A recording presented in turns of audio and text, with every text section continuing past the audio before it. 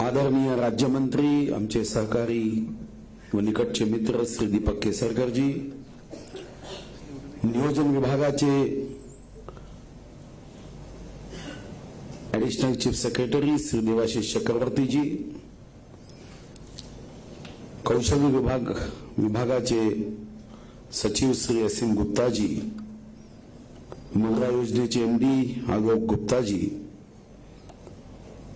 विशेष करून उपस्थित राज्यस्तरीय समितीचे सदस्य आमदार अनिल सोगेजी, श्री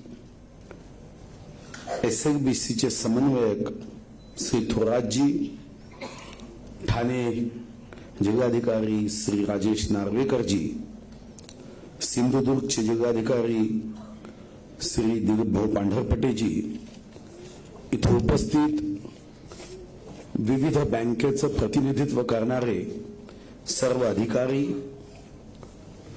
राज्यस्तरीय समितीचे सर्व सदस्य, जिल्हास्तरीय समितीचे सर्व सदस्य, ज्यांचा आपण मुद्रा योजनेमध्ये यशस्वीपणे कार्य केल्याबद्दल कौतुक केलं, असे मुद्रा योजनेचे सर्व लाभप्राप्त सन्माननीय बंधू भगिनी व या योजनेच्या प्रसंगी उपस्थित पत्रकार बंधू भगिनी व सन्माननीय नागरिक बंधूंनो आणि भगिनींनो, नियोजन विभागाच्या माध्यमातून मुद्रा योजनेच्या वेबसाईटचं अधिकृत शुभारंभ झाला असं मी आपल्या सर्वांच्या साक्षीने घोषित करतो।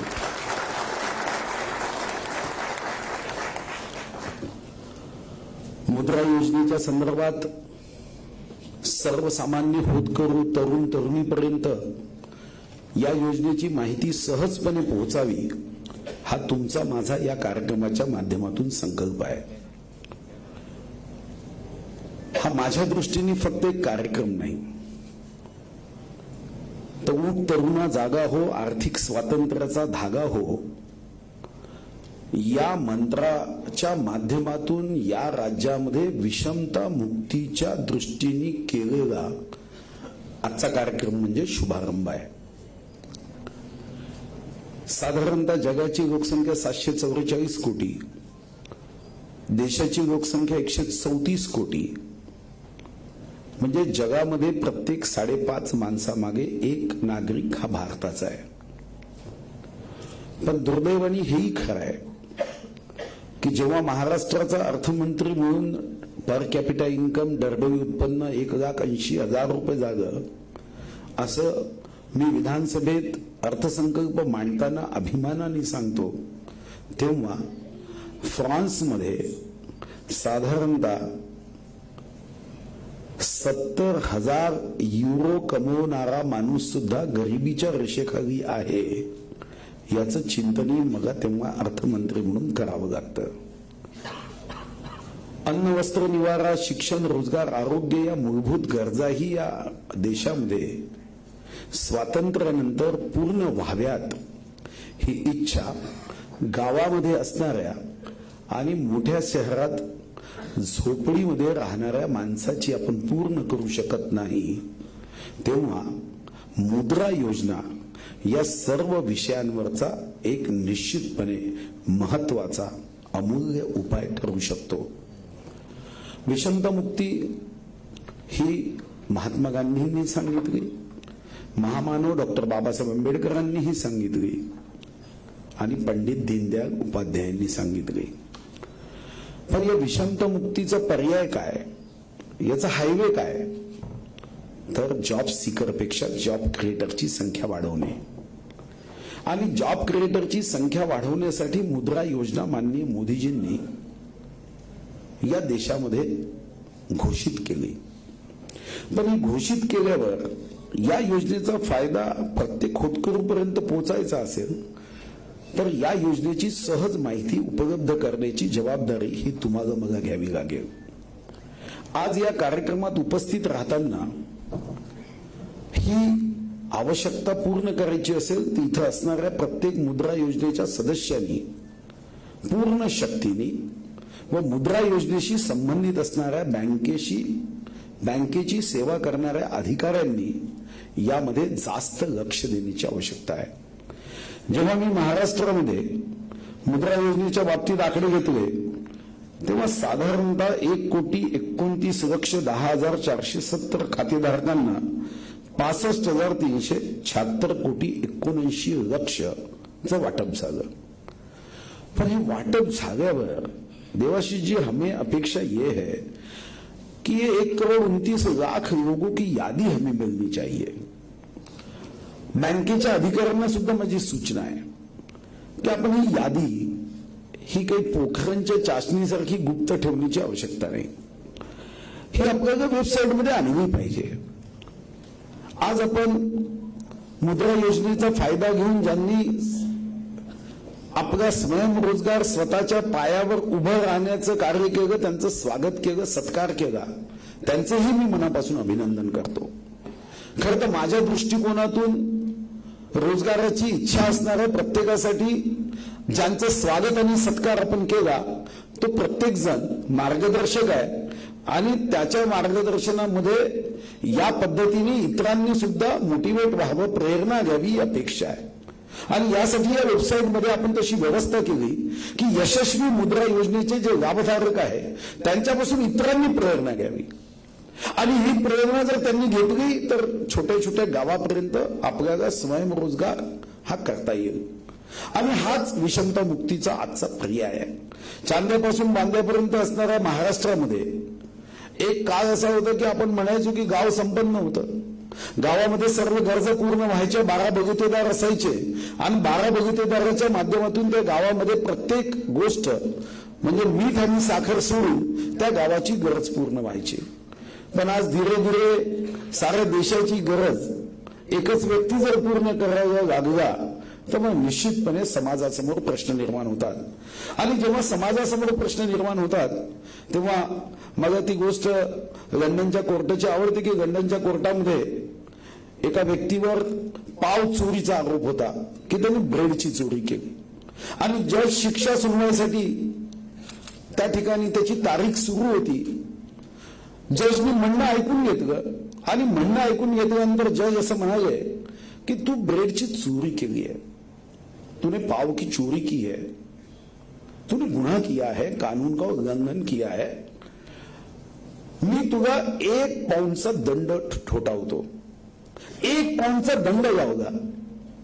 काही सेकंद पॉज घेतला आणि मग जज साहेब म्हणाले की इथं जेवढे लोक इथं बसले आहेत त्यांना मात्र मी 10 पाऊंडचा दंड लावतो। मग एकाने विचारलं की आमची काय चूक है, ब्रेड तो त्यांनी चोरी की गई, पाव की तो चोरी उन्होंने की है, हमारी क्या गलती है? तो म्हणाले आपकी इतनी ही गलती है कि उसको ब्रेड चोरी करने की मजबूरी जो उसकी है ये दोष इस समाज व्यवस्था का है और इसलिए इस समाज व्यवस्था ने इसको पेट भरने की चोरी करने को मजबूर किया, इसलिए आपको 10 पाउंड का दंड है।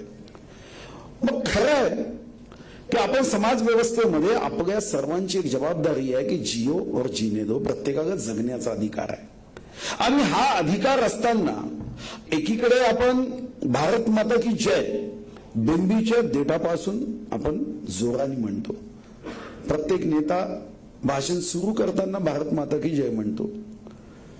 लहानपणी शाळेत प्रार्थना झाली की मीही भारत माता की जय म्हणायचो आणि आपणही म्हणत असालच।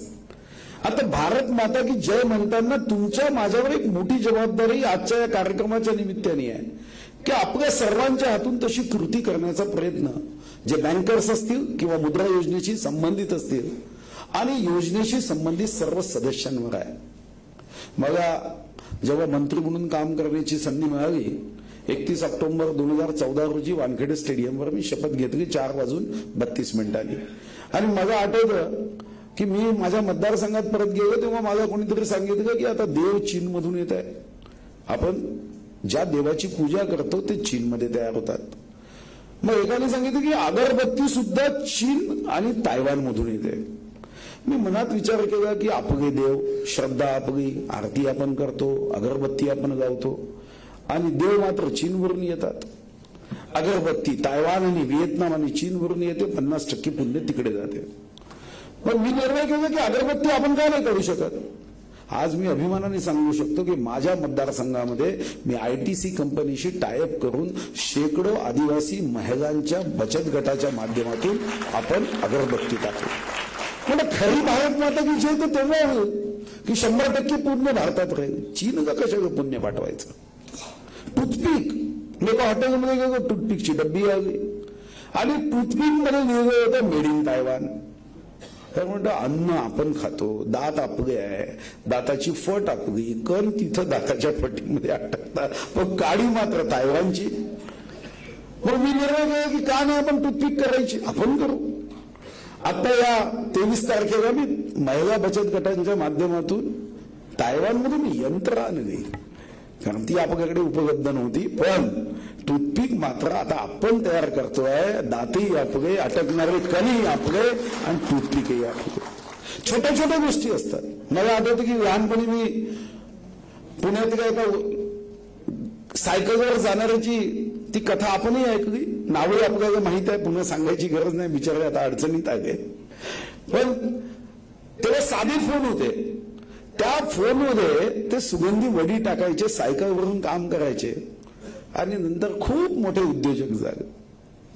आज बीडीचे वाले हनुमंत गायकवाड सफाईचं काम सुरू केलं. 70,000 लोक सफाईच्या कामामध्ये आहे. आता त्यांच्या घरी मला वाटतं की इतके पैसे असतील की कितीही सफाई झाली तरी पैसे संपणार नाही, एवढं उत्पन्न त्यांचं वाढलं. फक्त काय झाडू हातात घेतला, सफाई केली. आज आमचे एक इथं उद्योजक आहेत की त्यांनी सुद्धा मला वाटतं लातूरवरून त्याचा उपक्रम सुरू केला. पण आपल्याला मग यामधलं स्किल कसं डेव्हलप करता येईल. असीम गुप्ताजी सारखे चांगले अधिकारी आहे जे चांगलं काम करतायत. देवाशीषजी आमचे चांगले अधिकारी आहे. मला वाटतं की आता आपल्याला स्किल डेव्हलपमेंटच्या माध्यमातून राज्य सरकार जे स्किल देत आहे त्याचा फायदा आणि मुद्रा योजनेची एकत्रित जोड जर आपण केली तर मला वाटतं की आपल्याला खूप पुढे जाता येईल आणि त्या दृष्टीने काम करावं लागणार आहे. असीम गुप्ताजींनी आपल्या सादरीकरणामध्ये कौशल्य विभागाच्या माध्यमातून करण्यात येणारी कामं सांगितली. आज आपल्या राज्यामध्ये ती गरज आहे. ते काम आपल्याला या मुद्रा योजनेच्या समितीच्या माध्यमातून सुद्धा स्किल आणि मुद्रा याला एकत्र करावं लागणार आहे. स्किल आणि मुद्रा एकत्र केलं तर मला वाटतं की आपण माननीय पंतप्रधान महोदयांनी जे स्वप्न पाहिलं आहे की जॉब सीकर पेक्षा जॉब क्रिएटर तयार झाले पाहिजे आणि हे होऊ शकतं. इथं तो नागपूरचा एक दिव्यांग नाही, एक चव्हाण म्हणून अनिलजी माहिती आहे, त्याला दोन्ही पाय नाही, चालता येत नाही, जयसिंग चव्हाण इथं नाही. माझ्या एका कार्यक्रमाला जेव्हा अनिल सेवे आणि आम्ही युथ एम्पॉवरमेंट समिट केलं, आम्ही सांगितलं की युथ एम्प्लॉयमेंट समिट नाही, एम्पॉवरमेंट समिट करायचं. 38,000 तरुणांनी त्याच्यामध्ये नोंद केली आणि तोही जयसिंग चव्हाण आला आणि मग एका गोष्टीचं आश्चर्य झालं की दोन्ही पाय नाही, तो असा घासत जातो. पण त्यांनी मात्र उद्योग उभा केला आणि 150 लोकांना नोकरी दिली जे त्याच्या हाताखाली काम करतात. ज्याला देवानी 2 पाय दिले नाही पण त्यांनी 150 लोकांना स्वतःच्या पायावर उभं राहण्याच्या दृष्टिकोनातून काम केलं. आणि हे आपल्याला या कार्यक्रमातून घडवायचं. हे वेबसाईटचं उद्घाटन नाही आहे. आपण ज्या जागेमध्ये बसलोय त्या जागेचं एक वैशिष्ट्य आहे. इथं खरं तर समुद्र होता.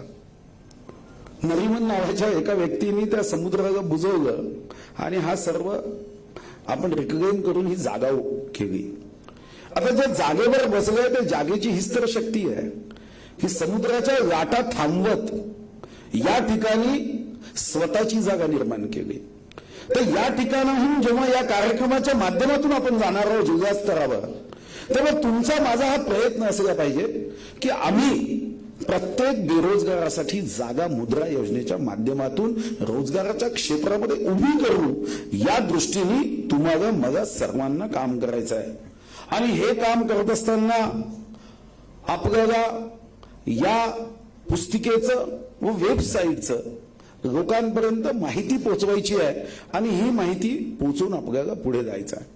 मला परवाच एक अमेरिकेचा एका परिवाराची भेट झाली आणि मला खरंच काय व्यवसाय लोक करू शकतात याचं आश्चर्य मला वाटलं की जेव्हा त्याचं लग्न झालं त्याची पत्नी आपल्याकडे लहानपणी म्हणजे मी ही गुडगुडी घेऊन चालायला शिकलो ती जाताना गुडगुडी घेऊन गेली. गुडगुडीच म्हणतात ना, मग माहित नाही, लाकडाची असते.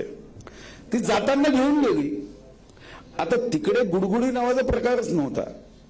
आणि मग तिच्या शेजाऱ्याने विचारलं क्या है, मग इससे बच्चा जल्दी चलना सीखता है. अच्छा, या इसका यंत्र है. आणि मग पुढच्या ट्रिप मध्ये तिने 10 मागव गया, मग 100 मागव गया, आणि ती आता अमेरिकेमध्ये गुडगुडी विकणारी एक उद्योजिका लागली. अशा हजारो उदाहरणं आपल्या समाजात आहे. आता या उदाहरणांना या वेबसाईटच्या माध्यमातून लोकांपर्यंत पोहोचवायचं आहे. स्कीमची माहिती पोहोचवायची आहे आणि बँकांनी मन लावून कर्ज द्यायचं आहे.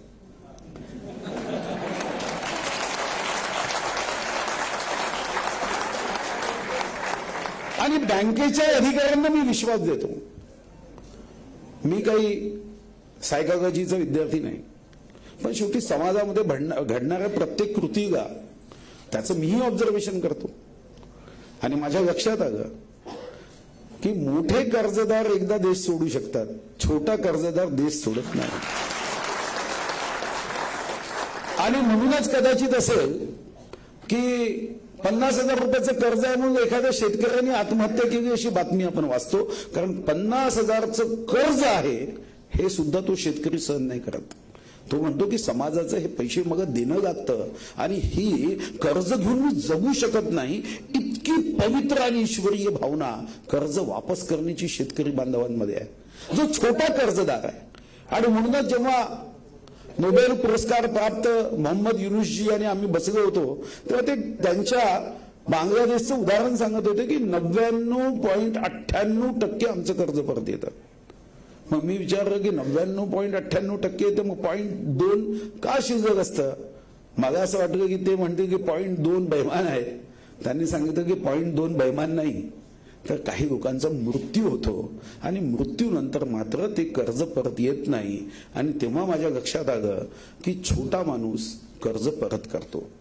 मुद्रा योजनेमध्ये सुद्धा आपण हा विश्वास ठेवावा की मुद्रा योजनेमध्ये आपण जे पैसे देतो त्यातून हजारो कुटुंबात हा निश्चितपणे त्या कुटुंबाचा प्रवास हा बेरोजगारीतून रोजगाराकडे होतो.